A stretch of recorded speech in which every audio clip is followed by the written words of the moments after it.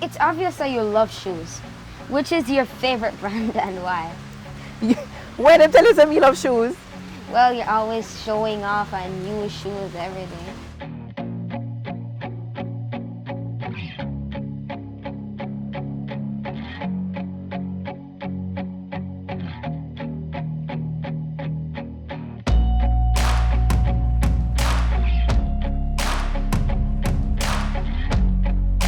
Hi, I'm Jordan Elliott, and my guest in this episode of our Child Month interview series is Tanaania Tracey, a digital media influencer. Hi Tanaania, thanks for talking with me. Hi Jordan, thank you for having me. Who is a digital media influencer and what motivated you to become one?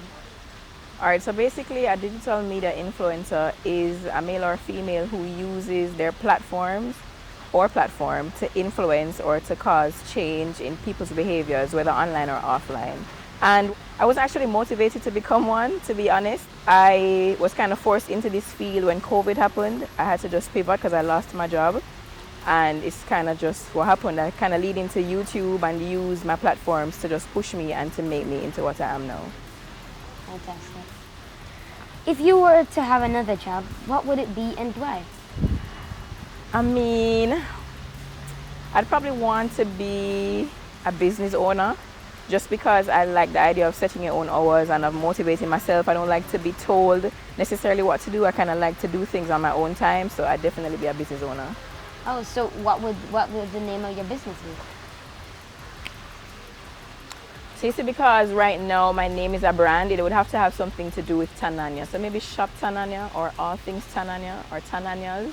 Okay. Which one you prefer? First one, All Things Tanaania? Shop Tanaania? Yeah. What's it like working with other influencers like Quiet Perry and TC? I guess you can see from them being online, it's very fun or very light. We laugh loud. They're exactly what you see and probably even more in person. So it's a good time, always a good time with them. Okay.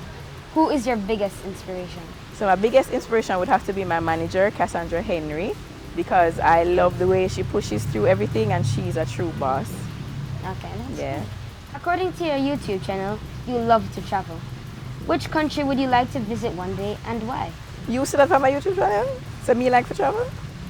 I like for staying on my bed.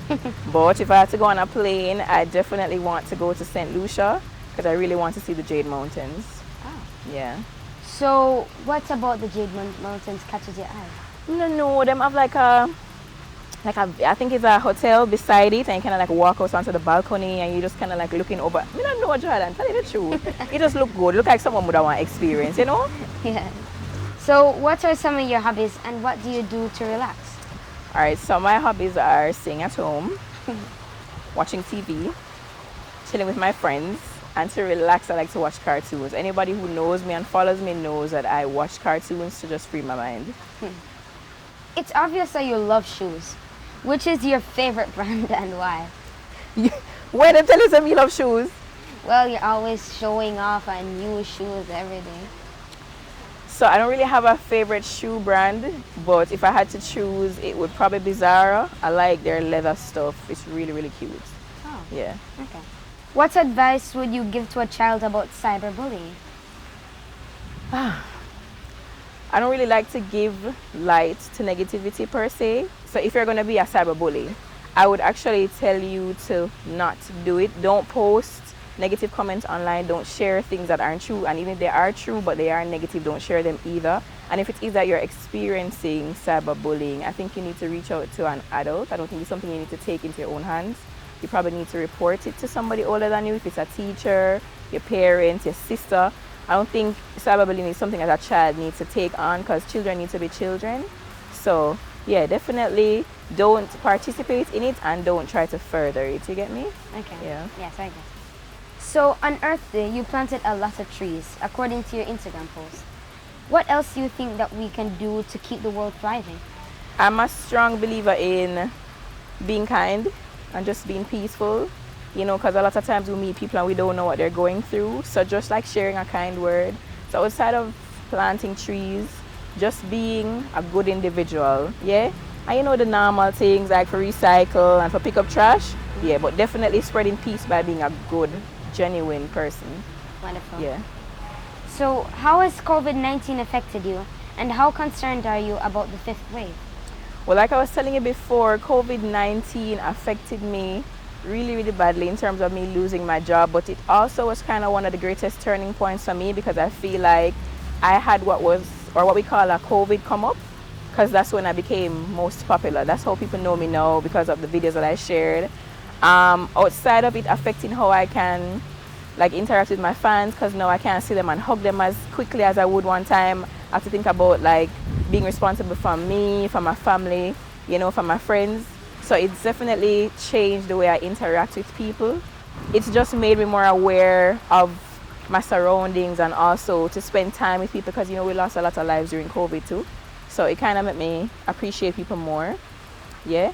And as in regards to the fifth wave, I'm very concerned, but again, everybody just needs to be socially responsible and think about yourself, think about your family, your friends, the spreading, wash your hands, you know, do your social distancing, wear your mask where you need to. We just need to be responsible for ourselves and everybody else, and we'll be good. Do you think that world peace is possible? And what about peace in Jamaica? So I don't think anything is impossible.